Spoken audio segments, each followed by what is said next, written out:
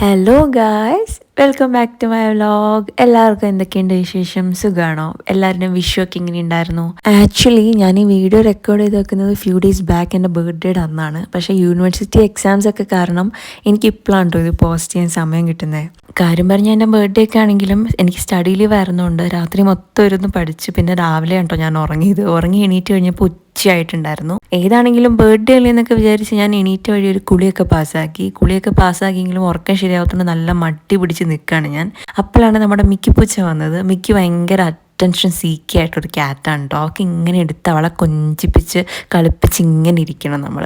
അങ്ങനെ മിക്കിയുടെ കൂടെ കുറച്ച് ടൈമൊക്കെ സ്പെൻഡ് ചെയ്ത് ആ ഒരു ഗ്രൂഗി ഫീലൊക്കെ മാറിക്കഴിഞ്ഞ് നേരെ ഫുഡ് കഴിച്ച് റെഡി ആയിട്ട് ഞങ്ങൾ നേരെ അഭയക്ക് പോവാണേ. അഭയ ചെന്നിട്ട് കുറച്ച് പരിപാടികളൊക്കെ ഉണ്ടായിരുന്നു.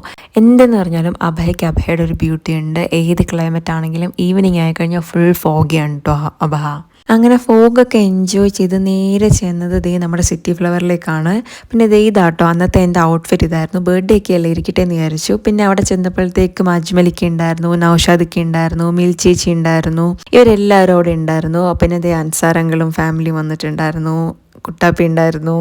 അങ്ങനെ എല്ലാവരുമായിട്ട് അന്ന് സിറ്റി ഫ്ലവറിൻ്റെ ഫെസ്റ്റിവലിന് വേണ്ടിയിട്ടായിരുന്നു പോയത്. പിന്നെ എൻ്റെ അവിടുത്തെ റോൾ ആങ്കറിങ് ആയതുകൊണ്ട് നൗഷാദൊക്കെ എനിക്ക് ഷെഡ്യൂളും കാര്യങ്ങളൊക്കെ പറഞ്ഞു തരുന്നതാണ് കേട്ടോ നിങ്ങൾ ഈ കാണുന്നത്. അങ്ങനെ ഒട്ടും തന്നെ ഡിലേ ആക്കാണ്ട് ഞങ്ങളുടെ സിറ്റി ഫ്ലവർ ഫെസ്റ്റിവൽ ഒരു 7:30 ആയപ്പോഴത്തേനും സ്റ്റാർട്ടാക്കി.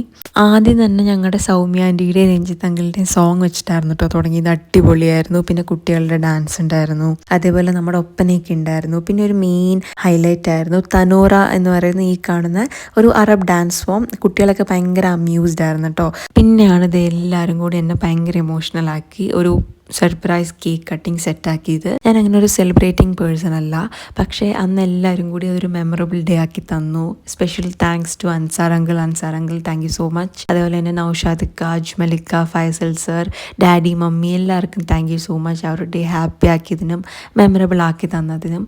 അങ്ങനെ ഇത് കേക്ക് കട്ടിങ് ഒക്കെ കഴിഞ്ഞ് ഞങ്ങൾ നേരെ നമ്മുടെ അൻസാറിക്കയുടെ താജ് റോയലിലേക്കാണ് കേട്ടോ പോയത്. ബർത്ത്ഡേ സെലിബ്രേറ്റ് ഇനി നമുക്ക് ഒരുപാട് കൂടാൻ കഴിയട്ടെ.